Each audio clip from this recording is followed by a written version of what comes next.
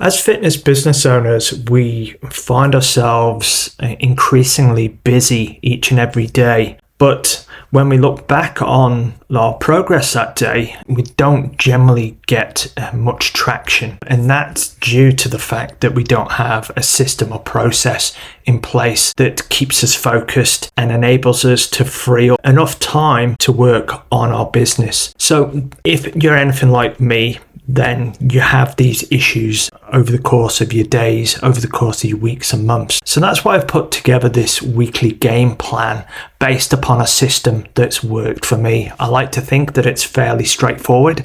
There's a 3-step element to it. And the purpose of this video is essentially just to share my screen and walk you through it. So I've given a bit of an overview here about what it's about. But essentially, the success of this comes down to not putting too much on your plate. You're already busy with working with clients. This focus is to enable you to keep traction, to keep your business moving forward. And in order to do that, I recommend that you select 3 big goals for the week. And that's step 1 of this 3-step process. They can be anything you want them to be. It could be that your goal is to sign 5 new clients. Maybe it's increase your sales by a particular percentage. I suggest here, say 10%. Or maybe you're about to launch a new marketing campaign. Maybe it's a client reactivation campaign, or potentially you've got a new workshop or program that's about to be launched coming up on the horizon. No matter what it is, as I say, I suggest not picking more than 3 big goals, because otherwise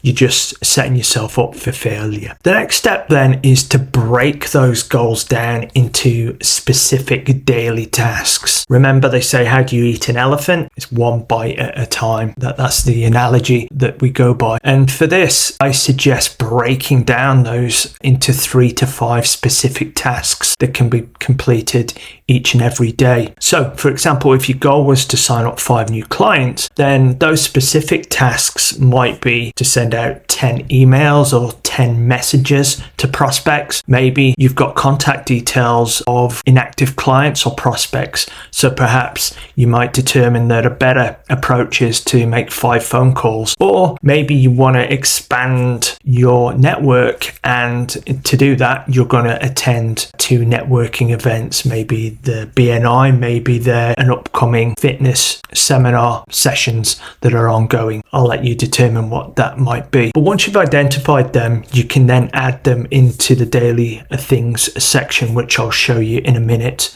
And then once you've printed it out and you've got it in place where you can see it each and every week, you then look to work on those particular tasks. And then the third and final step is, at the end of each week, block some time so that you can review how that week has gone. And then use that time as well to then start planning your future week on that side. I find that this process, this 3-step process, works incredibly well for me, hence why I'm sharing it today. But so let me show you how to get started. So this, in essence, is your weekly game plan. You've got your 3 big things, your 3 big rocks, some people call them, at the top. You've got your daily to-dos based upon those 3 things. I said 3 to 5, but I've actually broken that down into 3 here because I find that makes it much more manageable for me. But feel free to adapt as necessary. If you can accomplish more in your days, hey, fantastic. Adapt this, add more rows to the mix if you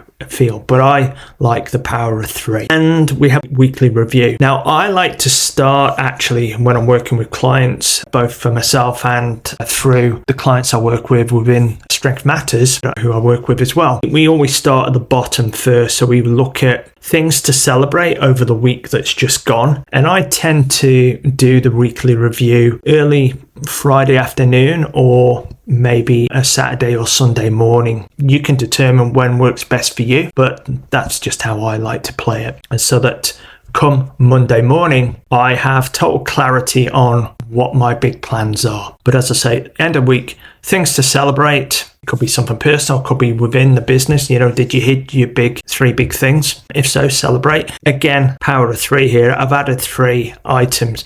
I'm not saying that you have to fill in each of them, You might just feel that there's one big celebration on that, but again, tweak is necessary. Then we're always looking at, where did I drop the ball? What could I do more of? What do I need to focus my attention on more? Make a note of that. And then, where did I completely drop the ball? What do I need to really address on that side of things? So you've got wins, something that's going okay, but you need to focus more attention on, and things that you really need to address, get better at. So there's your review. And as I say, then we can then look going forward, right, filling out a new game plan for the week ahead, the 3 big things, then breaking them down into the segments, and then outlining at the end of that week how that week went.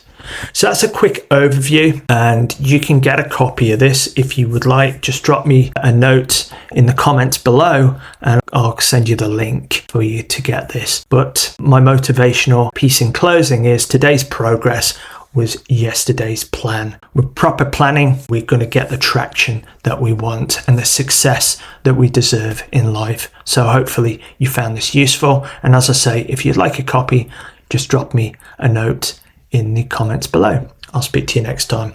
It's Andrew Wallace. Bye for now.